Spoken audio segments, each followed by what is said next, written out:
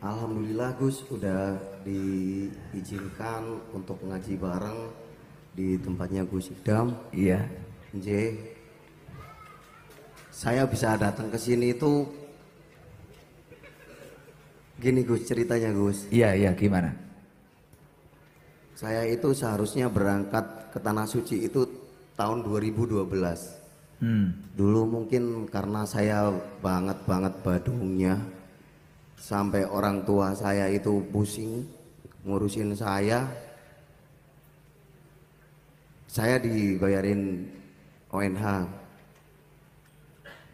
setelah papa sama ibu saya itu tindak haji. Saya pulang katanya biar tobat, biar mandek nakalnya. Lah di tahun 2012 itu saya belum mau berangkat. Tahun 2011-nya itu saya Udah waktunya. Iya. Terus. Saya enggak mau berangkat. Saya sampai dimarah-marahin sama ibu almarhum. Papa saya meninggal di sana, ibu kondur sendiri. Almarhumah ibu marah-marah sampai setengah tahun Gus lebih. Masya Allah. Jengkel ke saya. Saya tetap bilang, Bu, saya belum siap ke Tanah Suci. Saya kelakuan tiap hari aja udah belum benar sama sekali. Tiap hari mabuk Gus. Iya. Nggih. Itu masih ngapunten, masih belum nikah. Udah nikah. Udah nikah, nggih. Tiap hari udah mabuk. gede Gus. Oh. Terus saya bilang sama kakak saya yang pertama itu perempuan, Mbak, aku mau berangkat ke Tanah Suci nanti aja lah, belum siap, bilangin ke ibu. Terus Mbak pelan-pelan bilang ke ibu. Terus akhirnya saya ke Kemenak kan, ya udah mau berangkat berapa tahun kemudian. Nggak, saya mau berangkatnya bareng sama kakak saya yang perempuan. Kalau saya berangkat sendiri saya takut, saya nggak berani. Karena dengar cerita itu kalau di rumah di sini itu kita kelakuannya kayak gimana, di sana bakal dibalas. Itu terus terang bikin takut. Nggih. Kemudian saya ditanya mundur, dah pokoknya kakak saya sekarang belum bayar ONH, nanti kakak saya bayar, saya berangkatnya minta bareng. Akhirnya saya bisa berangkat tahun ini. Saya sebulan sebelum berangkat itu takut lagi Gus. Takut, benar-benar takut. Saya hampir gak berangkat lagi. Saya sholat, saya minta petunjuk. Lah kok lihat TikTok, iki dekingane pusat. Tak lihat terus dekingane pusat itu apa.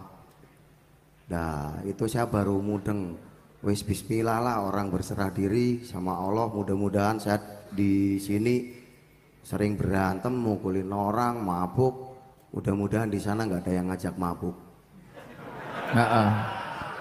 Karena kan tadi khawatirnya itu dibalas itu loh. Ya, terus. Mudah-mudahan di sana nggak ada yang mukulin saya.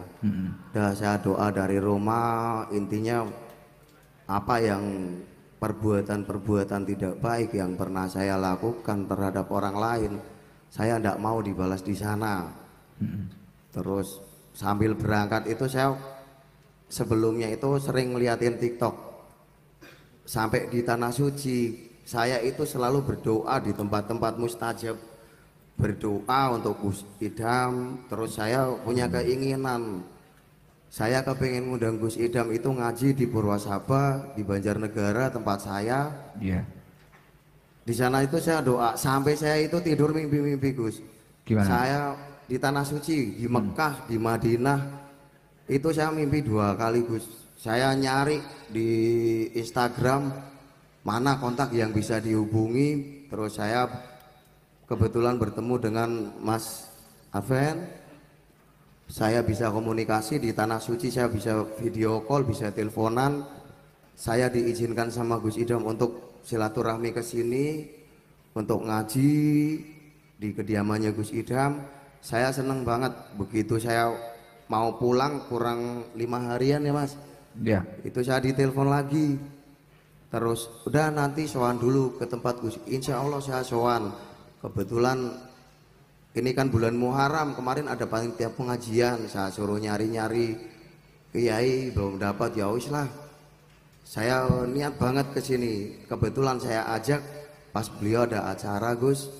Jadi saya berangkat ke sini berempat sama Ustadz Latif, sama Pak Camat, sama Ferry saudara saya yang nyetirin.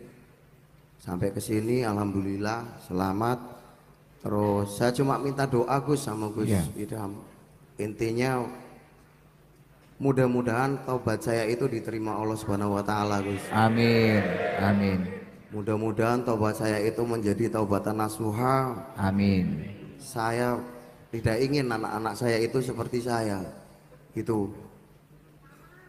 Saya itu wis pokoknya masa lalu yang nggak bener banget. Saya nggak pernah dah orang lain apa ngomong saya cah nakal, cah nggak bener, ya wis itu saya dari dulu kayak gitu, Gus. Saya nggak pernah ngaku kalau saya itu orang baik, saya itu orang bener. Orang-orang satu desa ngerti, tiap hari kerjanya minum, ada dangdut, nonton, berantem, dah gitu kegiatan saya tiap hari dari dulu, Gus. Masya Allah. Oke, makanya saya berangkat ke sini, saya punya harapan yang sangat besar. Saya sangat berharap. Saya waktu tidak mau saya yang menentukan, karena saya tahu Gus Idham itu sibuk. Iya. Saya biar nanti Gus Idham ada waktu kapan, tapi yang cepet Gus, jangan yang lama. Iya, syukur di bulan Muharram, masih di bulan Suro, kalau enggak ya waktu-waktu dekat tanggal saya terus siang apa malam, monggo terserah Gus Idham. Saya kepengen ngundang Gus Idham datang ke Purwasaba, jamaah tempatnya Ustadz Latif, Kiai Husen. Tempat saya ada 4 pondok pesantren, Gus, Di desa itu. iya. Nah itu Wah, lurai preman ya. anak-anak Purwasaba itu udah menunggu Gus Idham semua. Masya Bahkan tetangga-tetangga desa itu udah menunggu. Saya berangkat sini tadi, kebetulan di sini sinyal susah. Saya lihat HP udah yang WA udah ada ratusan, udah sampai belum. Kapan Gus Idham bisa datang? Lah saya aja belum ngomong. Ampun Purwasaba. Karena gini Pak Lurah, saya juga pusing ini hari-hari. Jadwal saya itu sudah penuh sampai Februari 2025. Bahkan gara-gara saya di Jakarta ini dipanggil pusat itu tanggal 1 sama tanggal 2 ini ngorbankan Galek, yang tanggal 2 Dirmojayan. Jadi apa itu, yang pertama tanggal 1 itu di Galek, yang kedua di Ringin-Anom, Blitar. Jadi malah nggak sido, nggak jadi itu gara-gara ke Jakarta itu. Ya tapi lain waktu insya Allah saya usahakan nanti. Amin, amin. Hubungi Mas Adven aja nanti. Kita bawa sak cah-cah niki pisan. Gowo. Tapi jenengan kok jadi lurah sudah lama toh? 4 tahun, Gus. Lah kok lah nomu akal kok yo jadi lurah pripun iki? Lah itu Gus, saya berangkat haji juga yang bikin saya berani. Saya ngelihat video-videonya Gus Idham di TikTok. Intinya degengane pusat itu ya Gusti Allah, kita intinya wis lah berserah diri, kita pasrah aja, yang kita itu milik Allah kok, apa yang kita punya juga milik Allah. Saya takut jadi berani. Terus saya mikir, waduh saya di sana nanti jangan-jangan dipukulin orang. Itu terus terang bikin saya takut, Gus. Tapi alhamdulillah saya niat berangkat, udah lihat video-video, wis lah berangkat. Alhamdulillah di tanah suci itu tidak pernah saya disakiti orang, malah banyak justru orang menolong saya. Dari sopir taksi nganter-nganter orang-orang Indonesia yang di sana itu nganter saya selama 40 hari, Gus.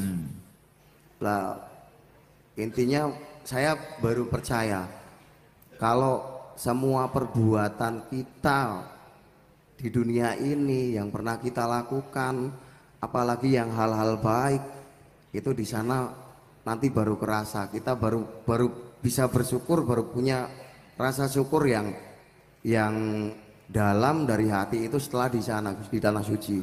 Karena di sana tidak ada sanak saudara, tidak ada orang-orang dekat, bahkan orang lain semua, orang jauh-jauh ada yang nolong kita. Itu di sini saya sampai geregel-geregel sampai kayak nangis gitu loh. Ya.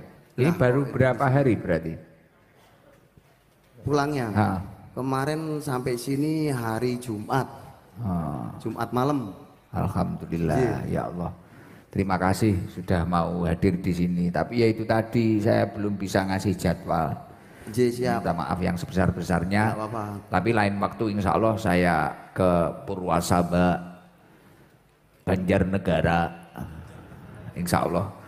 Luar biasa, luar biasa jenengan. Kulo loh kan malah terkenal jenengan dulu daripada saya. Enggak, Gus. Neng Jakarta OT, wah, juga dangdut. Tapi ya itu semoga menjadi haji yang mabrur. Amin ya Rabbal alamin. Yang luar biasa. Ya Allah, alhamdulillah. Ya itu ini yang salah satu hal yang bisa diambil dari Mas Huhu ini. Seburuk apapun orang tua tidak akan menginginkan anaknya seperti dirinya. Pasti inginnya lebih baik dan lebih baik. Maka dari itu jangan pernah panjenengan itu menyalahkan orang tua. Kudu piye, tidak harus wah wong tua aku ngene aku kudu ngene, tidak harus. Targetmu kudu luwih apik dalam segala hal. Dalam segala hal. Sregepe, baik itu ibadah, baik itu akhlaknya, kamu harus berusaha menjadi orang baik. Karena semakin kamu itu menjadi orang baik dalam segala hal, lebih dari orang tamu. Selain itu sebagai bentuk usaha membahagiakan orang tua, itu nanti akan menjadi jariah orang tuamu. Karena salah satu jariah yang tidak akan putus yakni memiliki anak yang soleh, waladun solihun yat'ulah, anak yang soleh yang rajin mendoakan orang tuanya. Ya udah, ini sudah malam. Coba ada pesan enggak untuk jamaah? Saya pesan kepada anak-anak yang mungkin tidak jauh dari saya ya, kelakuannya, perbuatannya di waktu muda.